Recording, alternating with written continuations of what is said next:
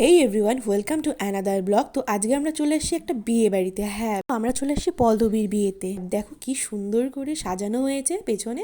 তো চলো গোটাটা তোমাদেরকে দেখাই। এই হলো ফুল লুকটা, এত সুন্দর করানো হয়েছে, তো দারুণ লাগছিল। সবাই এখানে ছবি তুলতে ব্যস্ত ছিল। তার ফাঁকে আমি ভাবলাম একটু ভিডিওটা করে রাখি তোমাদেরকেও দেখানোর জন্য। পুরো সাবেকিয়ানায় করে সাজানো হয়েছিল। আমার তো খুবই ভালো লেগেছে, এত ইউনিক ডিজাইন সচরাচর কোথাও দেখা যায় না। তারপরে আমরা সেখান থেকে ওর বাড়িতে চলে গেলাম। এখানে বৃদ্ধির সমস্ত কাজ করা হয়েছিল। তারপর সেটা দেখে আমরা আবারও বাইরে চলে এলাম। বাইরেটা আমার এত ভালো লাগছে কি বলবো, এখানে ছবি তুলে মনই ভরছে না। সবার সাথে সাথে আমিও এখানে একটু ছবি তুলে রাখলাম। তোমরা জানিও কমেন্ট সেকশনে যে কেমন লাগছে ওদের বাড়ির ডেকোরেশনটা, একদম ইউনিক কিনা। তারপরে আমরা সেখান থেকে খাবারের ওখানে চলে গেলাম, খেতেও বসে গেলাম। এই হলো আমরা 4জন বসেছিলাম, পেছনে আরও আমাদের কতজন ছিল।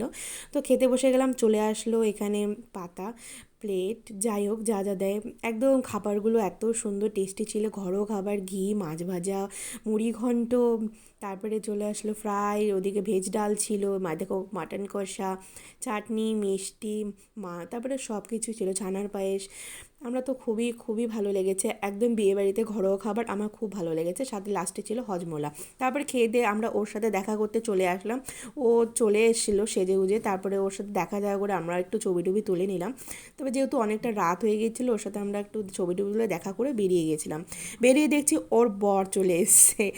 তো এই মুহূর্তটাও আমি একটু ফ্রেমবন্দি করে রাখলাম। তো এই দেখো ওর বর। যাই হোক, ওর আগামী দিন অনেক ভালো হোক, সুখের হোক, এই করে আমরা ওখান থেকে বেরিয়ে আসলাম। তারপরে আমার একটা ইনভিটেশন ছিল, আমি সেখান থেকে আরেকটা বিয়ে বাড়ি চলে গেছিলাম।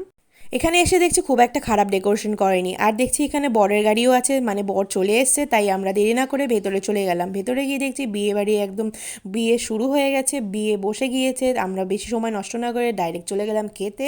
এখানে প্লেট সিস্টেম করেছিল, তাই প্রথমে প্লেট দিয়ে ভাত, ভেজ ডাল আর ফুলকপির তরকারি, স্যালাড, মাছ, এই সব কিছু দিয়েছিল। লাস্টে চলে আসলো মাটন কষা, আর শেষ পাতে চলে আসছিলো আর মাছও ছিল। আর শেষ পাতে ছিল গুড়ের মিষ্টি, যেটা এখন চলছে শীতকালে, আর ছিল চাটনি আর ছানার পায়েস ওদের। আর লাস্টে হজমলা দিয়ে খাবারটা শেষ করা হলো। তবে আমি বলবো খাবারগুলো আমার ভালো লাগেনি, মানে আমি খালি নিয়েইছি, খুব নষ্ট হয়েছে, আমার খুব একটা ভালো লাগেনি। যাই হোক, আজকের ব্লগটা কেমন লাগলো অবশ্যই কমেন্ট সেকশনে কমেন্টস করে জানাবে। ভালো লাগলে একটা লাইক করে দিবে, চ্যানেলটাকে সাবস্ক্রাইব করে দিবে। আর হ্যাঁ, এই হলো আমাদের ব্রাইড পল্লবী, মিষ্টি কোণে একটা। ওকে কেমন লাগছে অবশ্যই অবশ্যই কমেন্ট সেকশনে জানিয়ে। দেখা হচ্ছে নেক্সট কোনো অন্য ব্লগে।